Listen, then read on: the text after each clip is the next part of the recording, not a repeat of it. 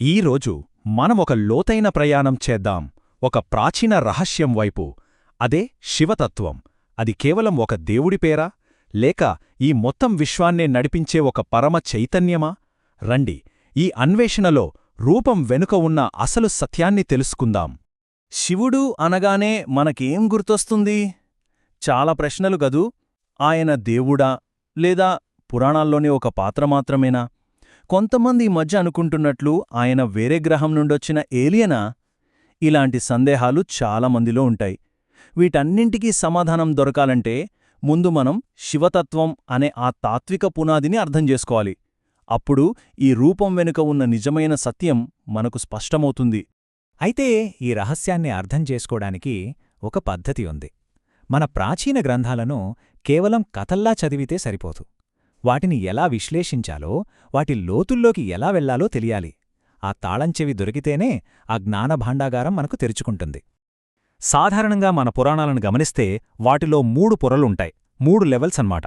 మొదటిది సంస్కృతంలో ఉన్న అసలైన వర్ణన, రెండోది ఆ పదాల వెనుక దాగి ఉన్న తాత్విక అర్థం, అంటే ఆ కోర్ కాన్సెప్ట్. ఇక మూడోది ఆ కాన్సెప్ట్ని మనందరికీ సులభంగా చెప్పడానికి అల్లిన కథ.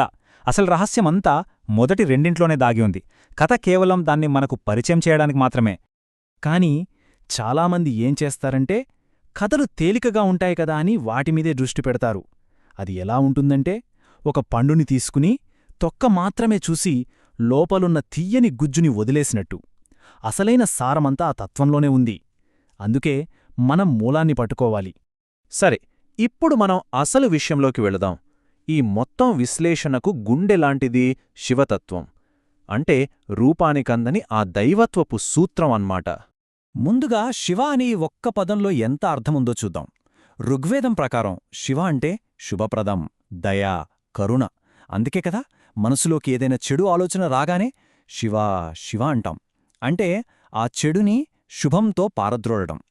సంస్కృతంలో ఇంకాస్త లోతుగా చూస్తే సి అంటే అన్నిట్లో వెలిసేది, వా అంటే కరుణా స్వరూపం. అంటే ఏంటి? ఈ విశ్వం మొత్తం వ్యాపించి ఉన్న ఒక కరుణామయమైన చైతన్యమే శివ. ఈ తత్వాన్ని మనం 3 స్థితులుగా చూడవచ్చు. మొదటిది అరూప, అంటే రూపంలేని స్వచ్ఛమైన చైతన్యం, నీటి ఆవిరిలాంటిది, కంటికి కనిపించదు. మూడవది స్వరూప, ఆదియోగిలా మనం చూడగలిగే స్పష్టమైన రూపం, గడ్డగట్టిన మంచుగడ్డ అంటిది. ఈ రెండింటి మధ్య ఉన్నదే రూపారూప, అంటే ఆవిరి నీరుగా మారే ప్రక్రియ. రూపం లేనిది రూపంలోకి మారే మధ్యస్థితి అనమాట. ఈ 3 స్థితులను రుద్రాభిషేకంలోని ఒక వాక్యం చాలా అద్భుతంగా వివరిస్తుంది. విరూపేభ్యో విశ్వరూపేభ్యశ్చవో నమో నమః. దీని అర్థమేంటంటే, రూపం లేనివాడికి మరియు విశ్వంలోని అన్ని రూపాల్లో ఉన్నవాడికి నమస్కారమని. అంటే మనం చూసే ప్రతి రూపం ఆ రూపం లేని పరమ చైతన్యం యొక్క వ్యక్తీకరణే. ఇంత గొప్ప సంక్లిష్టమైన భావనను మనకు ఎలా చెప్పాలి? అందుకే మన ఋషులు అద్భుతమైన కథలను సృష్టించారు. గుర్తుపెట్టుకోండి, ఇవి కేవలం కథలు కాదు, తత్వాన్ని మన బుర్రెకి ఎక్కించడానికి వాడిన టీచింగ్ టూల్స్. వాటిలో రెండింటినీ ఇప్పుడు పరిశీలిద్దాం. భాగవతం ప్రకారం బ్రహ్మగారికి తన మానసపుత్రుల మీద కోపం వస్తోంది.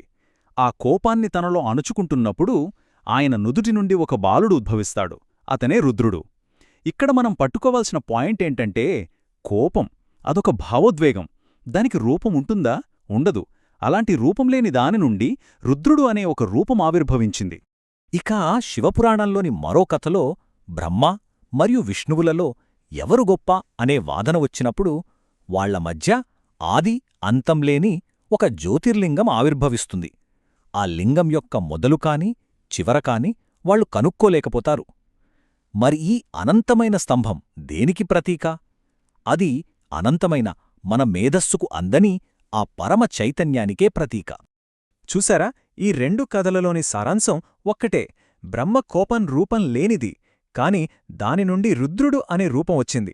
జ్యోతిర్లింగం అరూపంగా ఉంది, కాని ఆ తరువాత ఆదియోగి స్వరూపంలో ప్రత్యక్షమైంది. కాబట్టి ఈ కథలు రూపంలేని చైతన్యం, అంటే అరూప, ఎలా ఒక గ్రహించదగిన రూపంలోకి, అంటే స్వరూపలోకి మారుతుందో వివరిస్తాయి. సింపుల్గా చెప్పాలంటే శూన్యం నుండి సర్వానికి ప్రయాణం. ఇప్పుడు మనమందరికీ సుపరిచితమైన ఆదియోగి రూపం గురించి మాట్లాడుకుందాం. ఆయన రూపంలోని ప్రతి అలంకారం వెనుక ఒక లోతైన తాత్విక అర్థం, ఒక కాస్మిక్ ప్రిన్సిపుల్ దాగి ఉంది. ఆదియోగి రూపం ఒక తాత్విక గ్రంథం లాంటిది. ప్రతి అలంకారం ఒక గూఢమైన సత్యాన్ని చెప్తుంది. ఉదాహరణకు, ఆయన తలపై ఉన్న నెలవంక మనస్సుకు ప్రతీక. అనంత చైతన్యంలో మనస్సు ఒక చిన్న భాగం మాత్రమే. మెడలోని సర్పం గాఢ ధ్యానంలో కూడా ఉండే అంతర్గత జాగరూకతను సూచిస్తుంది. ఆయన చేతిలోని త్రిశూలం 3 గుణాలపై ఆయన సాధించిన ఆధిపత్యానికి చిహ్నం. ఇక డమరుకం, అది సృష్టి మరియు లయం యొక్క విశ్వలయకు సంకేతం. ఇప్పుడు చాలా ఆసక్తికరమైన అంశానికొచ్చాం. ఈ ప్రాచీన జ్ఞానానికి, నేటి ఆధునిక విజ్ఞానానికి ఏమైనా సంబంధం ఉందా? ఉంటే అదెంత అద్భుతంగా ఉంటుందో చూద్దాం. డమరుకం సృష్టి లయను సూచిస్తుందని చెప్పుకున్నాం కదా. దాని ప్రకారం విశ్వం శూన్యం నుండి ఒక అలలా, ఒక లయలా ఉద్భవించింది. ఇప్పుడు ఆధునిక విజ్ఞానం ఏం చెప్తోంది? బిగ్ బ్యాంగ్ సిద్ధాంతం ప్రకారం విశ్వం ఒక చిన్న బిందువు నుండి విస్తరించింది. క్వాంటం ఫిజిక్స్ ప్రకారం విశ్వం మొత్తం ఒక వేవ్ ఫంక్షన్. గమనించారా? వేల సంవత్సరాల నాటి జ్ఞానం, నేటి ఆధునిక విజ్ఞానం రెండూ ఒకే సత్యాన్ని వేర్వేరు భాషల్లో చెబుతున్నాయి. కాబట్టి ప్రాచీన వేదజ్ఞానం చెప్పినా, ఆధునిక విజ్ఞానం చెప్పినా ముగింపు ఒక్కటే: అంతా శూన్యం నుండే వచ్చింది. Nothing to everything. కాబట్టి మనం గ్రహించాల్సిన ఏకైక అత్యంత ముఖ్యమైన సత్యం ఇదే: ఆ పరమ చైతన్యం ఒకటే, అది సర్వవ్యాపి. అందుకే అంతా శివమయం అంటారు. ఆ చైతన్యం ఎక్కడో లేదు, అది ప్రతి అణువులో, ప్రతి జీవిలో, చివరికి మనలోనే ఉంది. మన అన్వేషణ బయట కాదు, మన లోపలే జరగాలి. దానిని తెలుసుకోవడమే కాదు, అనుభూతి చెందడమే అసలైన యోగం. ఈ విశ్లేషణ అంతా మనల్ని ఒక చివరి ప్రశ్నకు తీసుకువస్తుంది.